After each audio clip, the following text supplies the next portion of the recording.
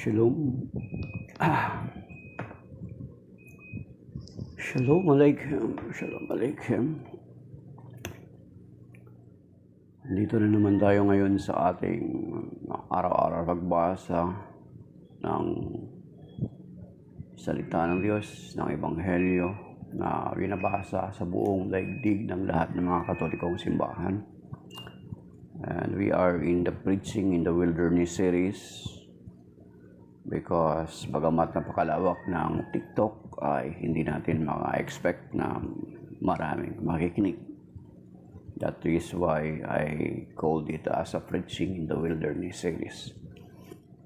Ang unang pag-ubasa sa araw na ito ay hango mula sa sulat ni San Pablo kay Tito, chapter 2, verse 1 to 8, then 11 to 14. Ikaw naman, ang ituro mo yaong wastong aral, sabihin mo sa matatandang lalaki na sila'y maging mahinahon, marangal, matimpi, matatag sa pananampalataya at pag-ibig at matyaga. Sa matatandang babae naman, sabihin mong sila'y mamuhay ng maayos, huwag maninirang puri at huwag mahilig sa alak. Magturo sila na mabuti upang maakay nila ang mga kabataang babae na magmahal sa sariling asawa at mga anak. Ang mga babaeng ito ay kailangan din nilang turuang maging mahinahon, malinis ang isipan, masipag, mabait at masunurin sa kanilang asawa upang walang masabi laban sa salita ng Diyos. Pagbilinan mo rin ang mga kabataang lalaki na sila'y magpigil sa sarili. Sa lahat ng paraan, magpakita ka ng magandang halimbawa. Maging tapat ka sa iyong pagtuturo at huwag itong aariing biro. Wastong pangungusap ang lagi mong gagamitin upang hindi mapintasan ninuman ang sinasabi mo, sa gayon mapapahiyang ating mga kalaban sapagkat wala silang may paparatang sa atin. Sapagkat inihayag ng Diyos ang kanyang kagandahang loob na nagdudulot ng kaligtasan sa lahat ng tao. Ito ang siyang umaakay sa atin upang talikdan ang likong pamumuhay at damdaming makalaman. Kaya makapamuhay tayo ngayon ng maayos, matuwid at karapat-dapat sa Diyos. Samantalang hinihintay natin ang ating inaasahan, ang dakilang araw ng paghahayag sa ating dakilang Diyos at tagapagligtas na si Jesucristo sa gitna ng kanyang kaningningan. Ibinigay niya ang kanyang sarili upang iligtas tayo sa lahat ng kalikuan at linisin para maging kanyang bayan na nakatalagang gumawa ng mabuti. Ang salita ng Diyos, salamat sa Diyos. Ang Salmo Responsorio, basahin natin sa English po mga kapatid kasi wala akong Tagalog ng responsorial psalm. Our responsorial psalm is based from Psalm 37, and ang tugon natin, the salvation of the just comes from the Lord. Trust in the Lord and do good and dwell in the land, and thou shalt be fed with its riches. Delight in the Lord, and he will give thee the request of thy heart. The salvation of the just comes from the Lord. The Lord knoweth the days of undefiled, and their inheritance shall be forever. With the Lord shall the step of a man be directed, and he shall like well his way.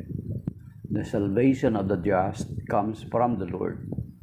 Decline from evil and do good and dwell forever and ever. But the just shall inherit the land and shall dwell therein forevermore. The salvation of the just comes from the Lord. Amen.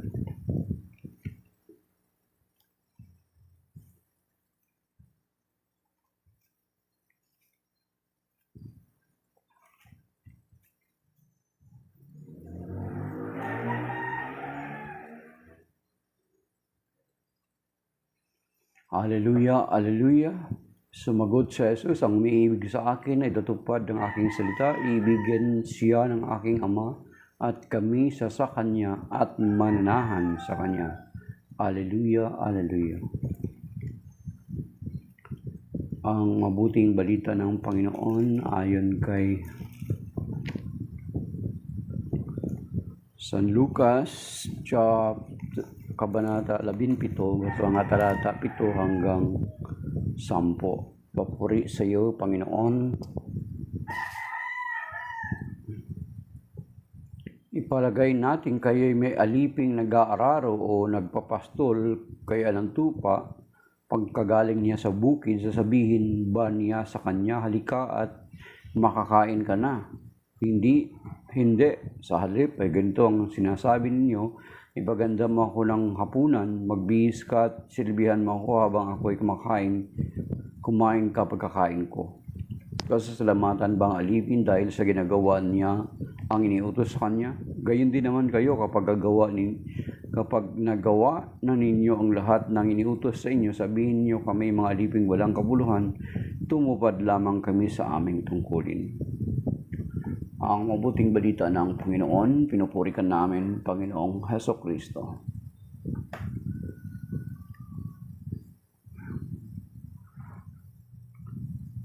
So, good morning. Okay, so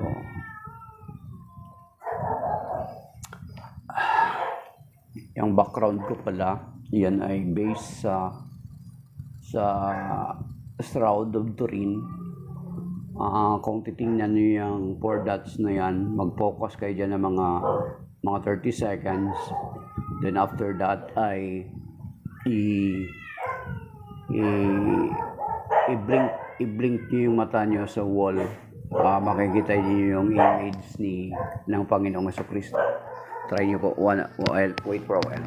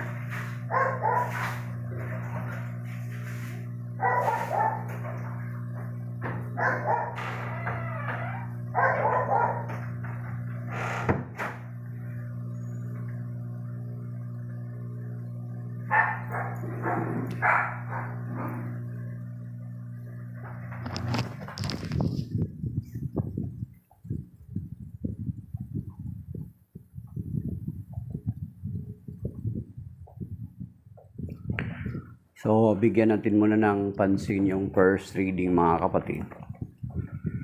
Ang sabi rito sa Titus chapter 2, verse 1 to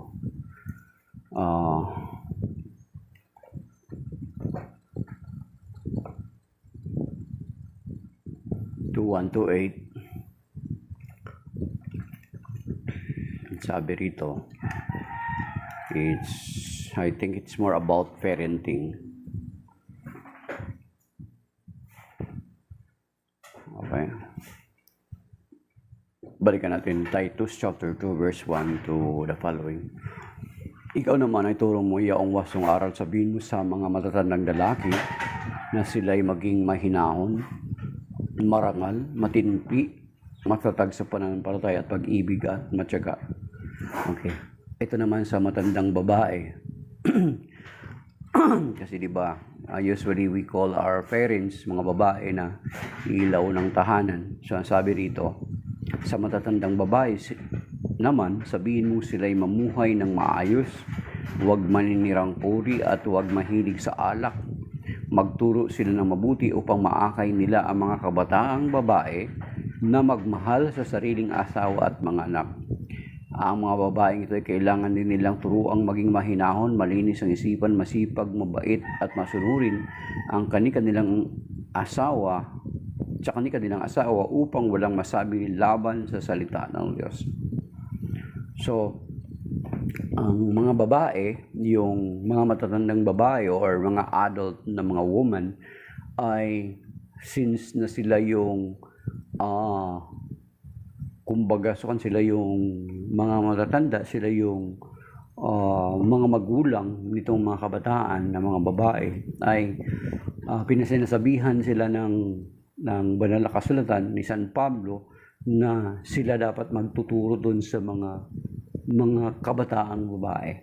At alam naman natin mga kapatid na sa pagtuturo, ang pagtuturo ng isang magulang ay hindi lamang doon sa paraan na sa paraan ng pagsasalita nila sa kanilang mga anak.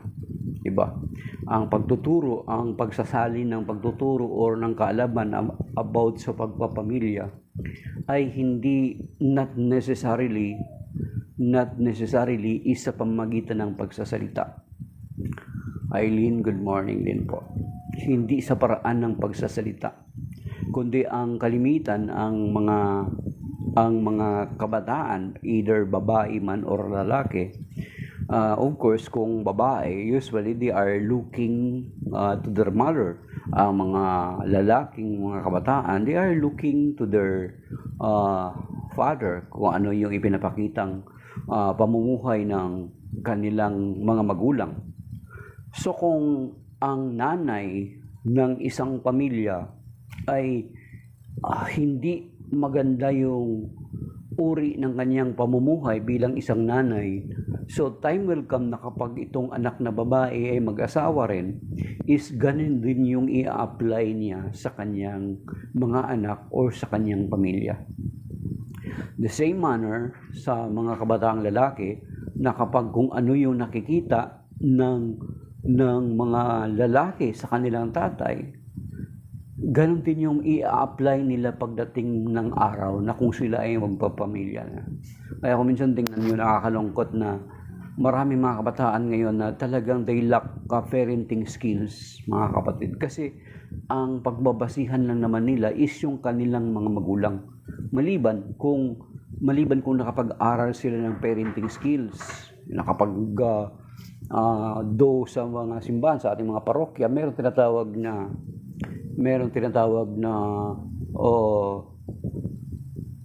counseling prior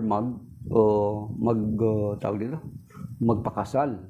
Meron silang seminar na ina-undergo under ng family and life. But those are only few. Iilan lang yun. Unlike kung ang mga magulang ay from their childhood, makikita nila na maayos yung kanilang mga magulang, ay ganun din yung magiging i-apply nila pagdating ng araw kung sila ay magpapamilya na. Pero kung ang example ng mga magulang, halimbawa yung tatay at saka yung nanay, ay hindi maganda yung kanilang pamumuhay bilang mag-asawa, time will come na kapag mag-asawa yung kanilang mga anak, kung ano lang yung natutunan ng kanilang mga anak sa paraan na kung paano yung nakita nila sa kanilang mga magulang, ay hindi ka magtataka na makikita mo kung ano yung pinakita mo na halimbawa sa kanila, ay balang araw makikita mo sa kanilang pamilya na ganun din. So it is either negative or positive. Kung maganda yung pinakita mo, then makikita mo yung magagandang result din sa kanilang pamilya. Pero kung hindi maganda yung pamilya na ipinapakita mo, na itinataguyod mo, time will come na kapag magpamilya sila, ganun din yung pattern kasi ang pattern nila kayo. Ang pagtuturo kasi hindi naman parang sasabihin ng magulang, di ba usually, di ba? Ini-impose nila yung authority nila as parents, sasabihin, do what I tell you, but do not, follow what I say, but don't follow what I am doing. Hindi pwedeng ganun, mga kapatid. Kasi mas higit nilang masagap kaagad yung kanilang nakikita sa atin kaysa kung ano yung sinasabi natin. Di ba? Sa mga magulang, siguro yung mga nag-aral sa mga may mga parenting skills, alam niyan. So, di ba? So, ganun mga kapatid.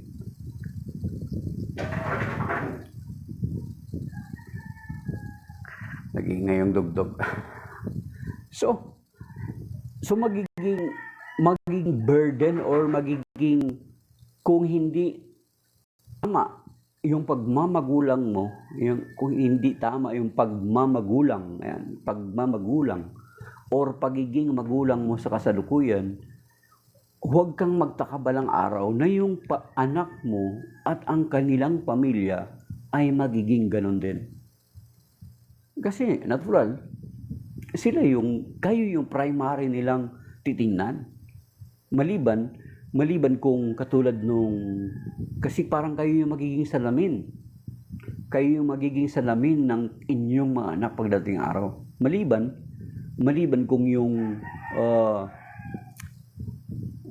yung mga anak magkaroon ng realization, katulad nung kaibigan ko or kasamahan ko dati sa aming barangay, sa aming baryo. Kasama ko siya sa barangay, Kagawad Tito Perla. I always mention him kasi natural, sa kanya ko narinig at natutunan yon. During those times sa barangay kami, naging SK chairman ako, siya barangay kagawad. Ex-officio member ako ng barangay namin, ng council. So, sabi niya sa akin, ang mga magulang yung salamin natin, mga kapatid.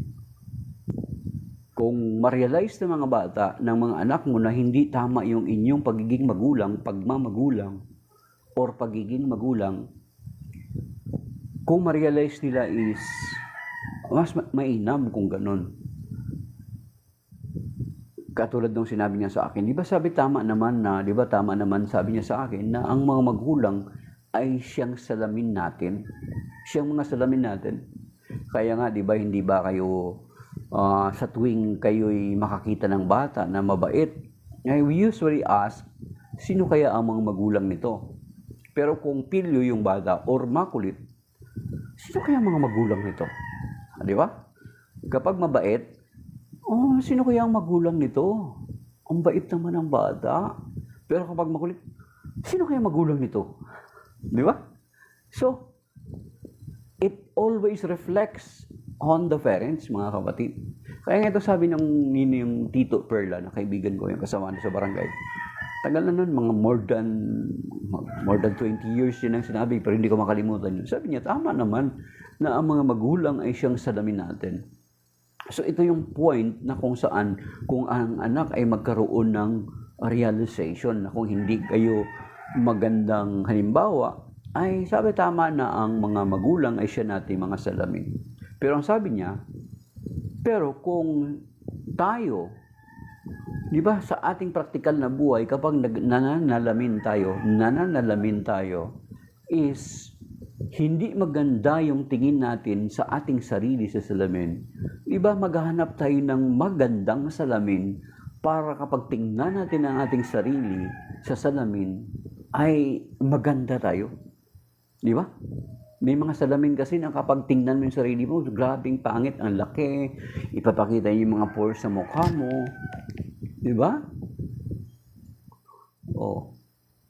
So, yun ang ganun din sa mga magulang. Kung sa tingin natin na ang ating mga magulang ay hindi sila naging mabuting halimbawa sa atin, hindi sila magandang salamin sa atin, then we'll find other people to look up to, na tingnan natin na sila yung magiging parang pamantayan ng pamumuhay natin. Mabuti kung gayon, mga kapatid. Magkaroon ng realization yung mga anak. Pero most possibly, ay kung basihan natin dito sinasabi ni San Pablo dito kay Tito sa chapter 2, na ang malaking impact talaga is yung pagtuturo ng mga magulang. So, ito yung challenge sa mga parents sa ngayon, na kinakailangan ay magiging mabuting halimbawa sa inyong mga anak. Kung gusto nyo na ang inyong mga anak ay masaya pagdating ng araw, then set up a family na masaya. At ma-attain lamang natin ito, hindi dahilan dun sa kung anong yaman meron tayo, kundi kung ang Diyos ang paghahariin natin sa pamilya natin. Yun yung magiging challenge sa atin. Kasi kung gusto mo anak mo, di ba, kayo tayong mga magulang, walang nais na malungkot yung anak nyo. Walang gusto na ang anak nyo balang araw bugbugin ang kanyang asawa. Walang magulang na nais na ang kanilang mga anak ay magiging miserable ang buhay. Walang magulang na nais ang kanilang magiging mga anak at ang kanilang magiging pamilya ay magulo. Di ba? Kasi bakit? Kapag magulo yan, sa inyo pa rin pupunta yan. Sa inyo pa rin yung tatakbo. Then, yun nga lagi, it will reflect always, babalik lagi sa atin or sa inyo bilang mga magulang. Ano ba yung pagkukulang ko? Where did I lack? Diba? Saan ako nagkulang? So, yung pattern, napakahalaga mga kapatid. Kaya nga sabi dito na kailangang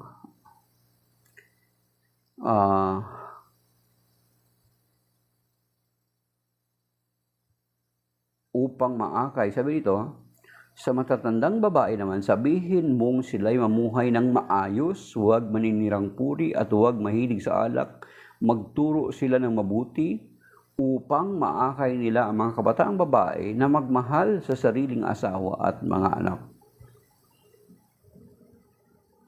Ang mga babaeng ito ay kailangan ding turuang maging mahinahon, malinis ng isipan, masipag, mabait at masunurin sa kanilang asawa upang walang masabi laban sa salita ng Diyos. Yan mga kapatid. So napakahalaga na yung uri ng pamumuhay natin. Kasi magre-reflect kung ano yung mga anak natin, magre-reflect sa atin na mga magulang. And then, kung tayo, especially if we are serving the Lord na, kung naglilingkod na tayo din sa Panginoon, magre-reflect din ito kung hindi tama yung pamumuhay natin, ay magre-reflect din ito sa ating pinaglilingkuran, ang ating Panginoong Jesucristo. So, ano sasabihin? Ano ba naman akala ko mga Kristiyano, mga Katoliko, nagsisimba, nagsiserve kuno. Di ba? Madadamay yung pangalan ng Panginoon. Kasi ang sabi dito, take note mga kapatid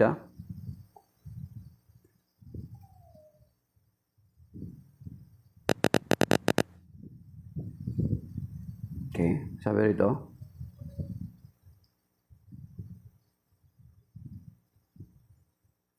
Sa verse 7, sa lahat ng paraan, magpakita ka na magandang halimbawa, maging tapat ka sa iyong pagtuturo, huwag itong gawing mas gustong pangusam ang lagi mong gamitin na ito panghimampintasan naman ang sinasabi mo sa gayon, mapapaya ang mga kalaban sapagkat sila ay may walang maipaparatang sa atin. Okay.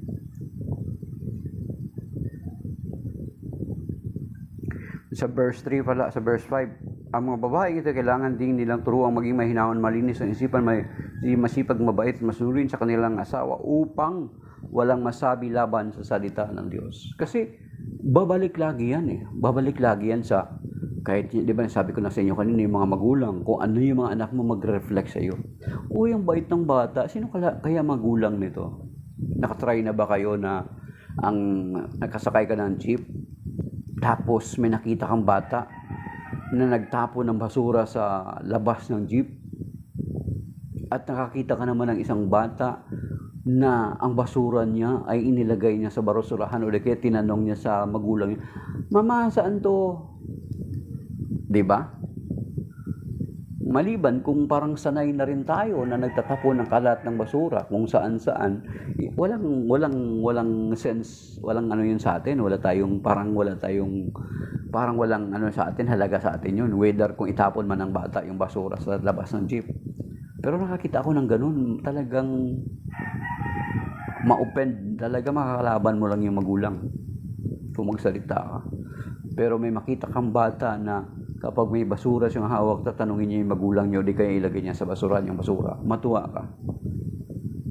So, babalik lagi yan sa mga magulang. Then, bilang naglilingkod sa Panginoon, babalik lagi yan sa Panginoon or babalik lagi yan sa salita ng Diyos. Sabi dito sa verse 5, upang walang mapintas sa masabi sa salita, laban sa salita ng Diyos. Yun yung mangyayari. May tinatawag ito, domino effect, mga kapatid. So, yan. At ang lagi kong sinasabi is sa mga kabataan, kasi mga ilang beses na rin ako kahit pa paano nakapagsalita sa mga kabataan. Sabi ko lagi, kung ano yung ginagawa nyo sa kasalukuyan ay para kayong nagtatanim ng isang puno. Ang tanong is, anong puno yung itinatanim nyo? Is it good tree or a bad tree? Kung mabuting puno, whether it is a fruit tree, time will come na aani ka. The same with, na kung hindi magandang puno yung itinanim mo, time will come na mag-aani ka rin.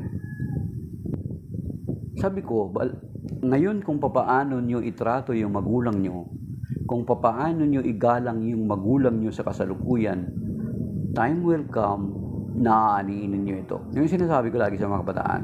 And that is very true, mga kapatid. Kasi sinasabi sa Biblia yan eh. Yan yung justice ni Lord. Sa Galatians chapter 6 verse 7, sabi niya, huwag din yung linlangin ang inyong sarili, sapagkat kung ano ang inyong itinanim, ay siya ninyong anihin. Yan, sinasabi sa banal na kasulatan, mga kapatid. So, what you are doing today is you are planting a seed. Ang tanong lamang is, what kind of seed you are planting today? Mabuti ba yan or masama? So, kung masama yung tinatanim nyo, then how can you expect a good fruit na ma-harvest mo pagdating ng araw? Di ba? So, wala kang maasahang good harvest kung nagtanim ka ng hindi magandang klaseng puno, mga kapatid.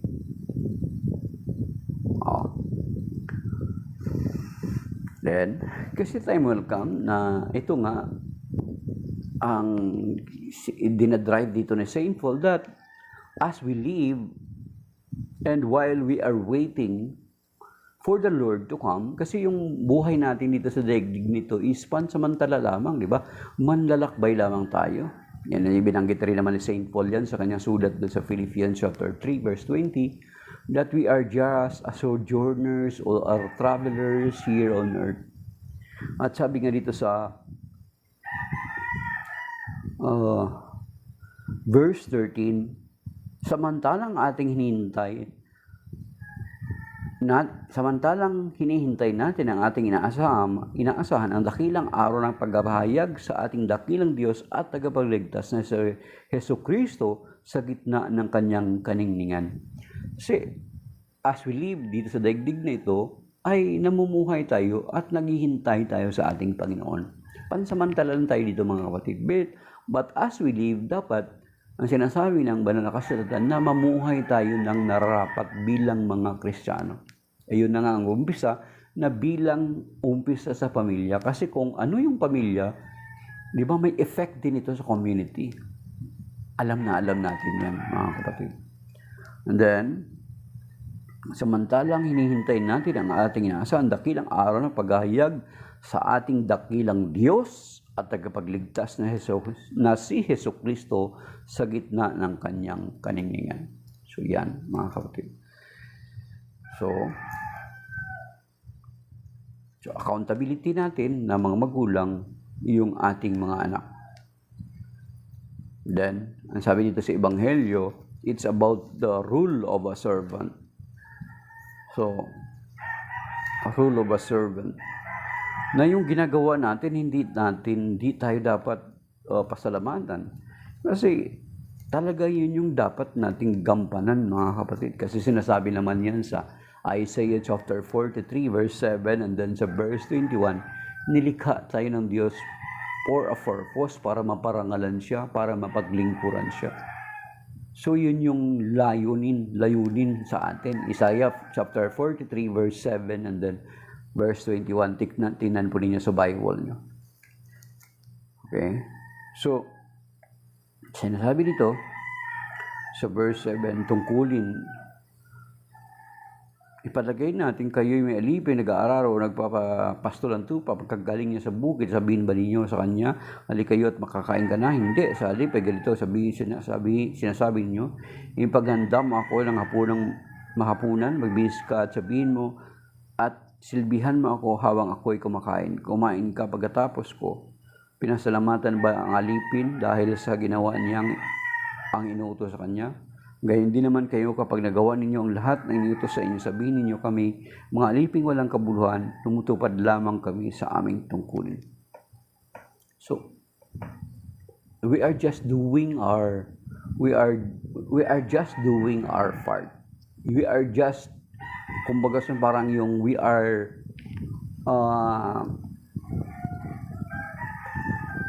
the purpose, we are doing the purpose of why we are created, to serve God.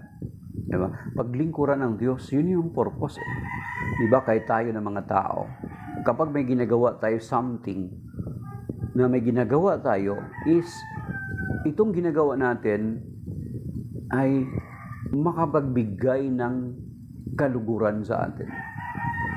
Diba? So may purpose yung ginagawa natin, dapat ma-serve yung purpose ng pagkagawa natin sa isang bagay na yon. Or else, kung sa tingin natin na parang useless yung ginagawa natin, i-disregard natin. Diba?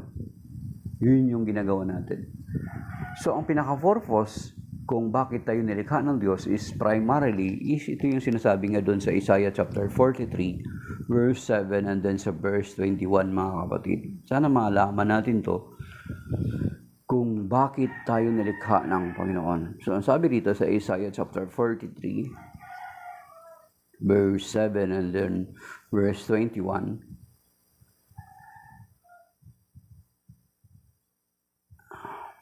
okay. Buksan niyo po sa Bible niyo, Isaiah chapter 43, verse 7 and then 23. Sila ang aking bayan at akin silang nilalang upang ako'y bigyan ng karangalan. So yun yung ang pagkalikha sa atin ng Diyos ay may purpose siya para mabigyan natin silang karangalan. Hindi kahihiyan. So dapat karangalan. Diba? So the same with the parents na ang mga anak supposed to be ay mabibigyan din niya ng karangalan ang kanyang mga magulang. Yun yung sa first reading kanina. And then, dito sa verse 21, sabi rito, sila'y nilalang ko at aking hinirang upang ako'y kanilang papurihan. So, bigyan natin siya ng karangalan at atin siyang mapapurihan. So, pag sinabing karangalan, hindi dishonor. Hindi praise, hindi ano ba ang opposite, ano ba ang antonyms ng honor? 'Di ba? Dishonor. So, karangalan pala ang dapat ibigay natin, hindi kahiyan. That is why ganun din dun sa first reading na ang mga magulang, ang mga anak dapat karangalan din ang maibalik nila doon sa kanilang mga magulang. Yan. Then, so yun yung layon, mga kapatid, na ang paglilingkod natin, ginagawa natin dahilan sa ito yung purpose ng paglikha sa atin, to serve God. At hindi rin natin yung lahat, everything that we have, lahat ng faculty natin, lahat ng pag-aari natin, ay hindi naman atin. Diba? Then how can we boast before the Lord?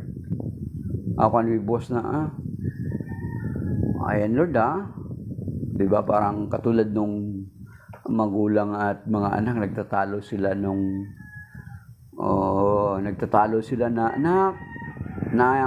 naglilugas ako ng pinggan, naglinis ako ng bahay, etc. Nilagyan niya ng presyo. Then the parents, ay gumawa din ng listahan. Gumawa din ng listahan yung parents. Ito, ganito ginawa ko, libre. Ito ginawa ko, libre. Ito ginawa ko, libre. Pinakita niya sa anak niya. Yan mga kapatid. So, sa ating paglingkod,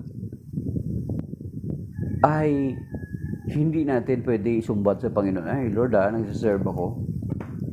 Kaya nga, di ba yung prayer ni Saint Ignatius of Loyola? Panginoon, turuan mo kaming maging bukas palad. Turuan mo kaming maglingkod sa iyo na walang hinihintay na kapalit, kundi ang malaman ko lamang at masunod ang iyong kalooban. Hanapin natin mga kapatid, yung prayer ni Saint Ignatius of Loyola. So, tindi yung malalim na yun, prayer of Saint Ignatius of Loyola.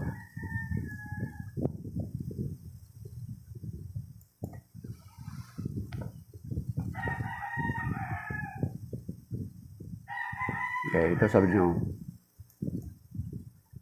Sabi natin mga kapatid. Ito yung kanya. Sabi nyo, take, Lord, and receive all my liberty, my memory, my understanding, and my entire will. All I have and call my own, you have given all to me. Ayan, tingnan mo. Ibinigay ng Diyos sa atin lahat. To you, Lord, I return it. Everything is yours. Do it with it what you will. Give me only your love and your grace. That is enough for me. So you see, ulit natin, take, Lord, and receive. Take, ano ba sa kanta? Take and receive, O Lord, my liberty. Take all my will, my mind, my memory. All things I hold, and all I own are thine. Thine was the gift to me. I all resign. Do thou direct and govern all and sway. Do what I will command, and I'll obey. Only by grace thine was on me bestowed. Sabi ng Saint Ignatius, turuan mo akong magbigay kasi sa iyo naman lahat ito na hindi naghihintay na namang kapalit, kundi ang malaman ko lamang at mabatid ang iyong kalooban. So sa pagbibigay natin, yun yung magiging prayer natin mga kapatid. Ulitin natin yun yung parang response, yun yung reflection natin sa Ebanghelyo ngayon. Itong prayer ni Saint Ignatius of Loyola. Sabi, ulitin natin. Take, Lord, and receive all my liberty, my memory, my understanding, and my entire will. All I have and call my own, you have given all to me. To you, Lord, I return it. Everything is yours. Do with it what you will. Give me only your love and your grace. That is enough for me. So, yung grabing lalim ng spirituality ni Saint Ignatius of Loyola, na ginagawa natin yun para ang Diyos ay mapapurihan natin. Kung ano man yung ginagawa natin, it is because lahat naman ng ito ay galing sa Panginoon. Yung buhay natin, yung oras natin. Di ba? So, yun yung pinaka-layunin ng buhay natin. Kaya hindi natin pwede isumbat sa Panginoon yun. Sabi kahit si King David, dun sa prayer niya, ito, paborito ko na prayer, lagi kong inaulit-ulit ito. Sa mga nakakarinig, baka na-memorize na nila ito, di ba? Sinasabi dun sa 1 Chronicle chapter 29 verse 15. Sabi ni King David, sino ako at ang bayan mong ito na naghahandog sa iyo? Sapagkat ang lahat ng ito ay nagmula sa iyo at ibinabalik lamang namin. Diba? Doon yan binasa ni Don Moen yung part na yan ng bridge ng kanta niya na I Offer My Life. Diba? Yung sabi doon na, Lord, I offer you my life. What can we give that you have not given? And what do we have that is not already yours? All we possess are these lives we're living, and that's what we give to you, Lord. Yan. Lord, I offer my... So,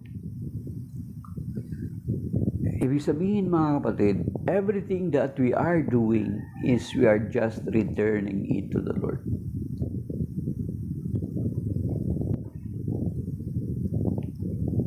At alam natin na kung gagawin natin ito na hindi man naghihintay ng kapalit, yet we know, alam naman natin, yet we know, bagamat ganun, ay alam naman natin na ang Diyos ay Diyos na makatarungan. Na kung ano yung ating ginagawa, ay kalakip lagi doon yung hustisya ng Panginoon. Kasi yan naman lagi yung sinasabi niya, magpatawad kayo at kayo patatawarin, magbigay kayo at kayo bibigyan. Diba? So justice ng Panginoon yan. So kahit hindi man tayo maghingi ng kapalit, ang Diyos na makatarungan nakakita na mabuti nating ginagawa, and He will return the favor to us. Parang magulang lang, di ba? Sa mga magulang, kahit kayo ng mga magulang, kung may 3 kayong anak or 2 anak or sa mga anak ninyo, di ba? Kapag ang mga anak nyo, meron kayong anak na talagang kapag utusan, ang hirap utusan. Pero kapag may anak ka na utusan mo is hindi nakasimangot. Di ba? Ginagawa niya yung dapat niyang gawin kapag pinagsasabihan sa inutusan siya. Ano, di ba sa inyong mga magulang? Hindi man sabihin ng anak niyo kung ano yung gusto niya, pagdating ng araw na meron ka, ay ititrato mo talaga ng maayos yung anak mo na nagpapakita, na nagbibigay ng kasiyahan sa'yo. Bagamat alam natin na wala namang tinatangi yung mga magulang, pero may special part sa puso mo yung bata na yun. Mga kapatid, the same with us sa Diyos. Kapag ginagampanan natin yung ating tungkulin, kapag ginagawa natin yung kalooban ng Diyos, kapag binibigyan natin ng kaluguran ng Diyos, siya nakakita sa ginagawa natin, He will return the favor sa panahon na nais niya. Kasi katarungan ng Diyos yun, mga kapatid. Kaya go ahead lang, tuloy lang sa ginagawa mong mabuti, tuloy lang sa paglilingkod mo. Huwag kang maginawa.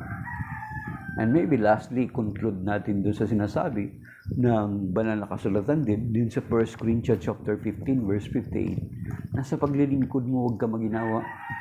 Huwag kang matisod doon sa mga iba mong kapwa mo manggagawa, na parang ang tagal-tagal na naglilingkod is ganun pa rin. Huwag ka matisod sa kanila. Sabi sa Hebrew 12, looking unto Jesus, the author and perfecter of our faith. Sabi ganito sa 1 Corinthians 15 verse 58, dito tayo magtatapos. Ang sabi dito, tuloy lang sa paglilingkod.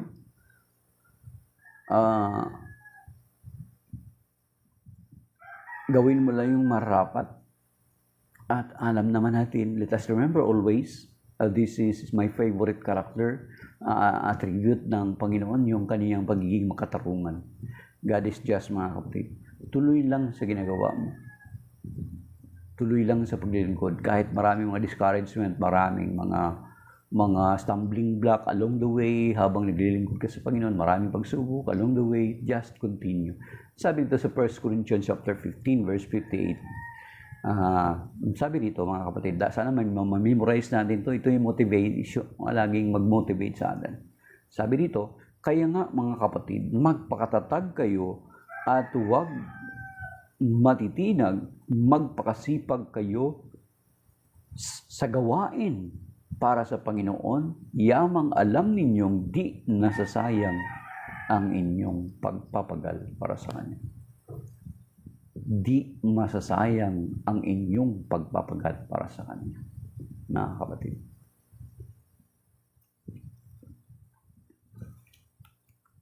Sabi ko rito,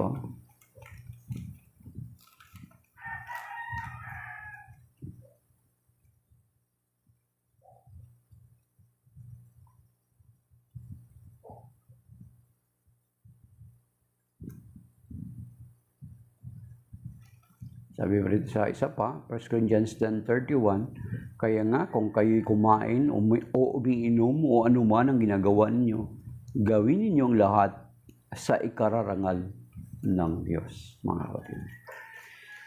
So maybe that is by now, mga kapatid. Shalom and a blessed Tuesday sa lahat. May God bless us and keep us safe and sound sa araw na ito kasama ng ating mga mahal sa buhay, mga kamag-anakan, mga kaibigan, mga taong malapit sa atin, at may God bless us and protect us, including all our possessions, against any retaliation and harassment of our enemy. In Jesus' name, amen. So signing off, my dear brothers and sisters, salamat sa mga nag-likes, nag-share. May 824 likes. Sana kung 824 lahat nanood. And then sa mga nag-tap ng screen, at maging yung mga passers-by lang. Si Desref Richard at saka si Renanti Balili. Ayun yung mga nag-tap ng screen. Then so yung mga hindi nag-tap ng screen, ay may God bless you, mga kapatid. So shalom, that is by now signing off, my dear brothers and sisters.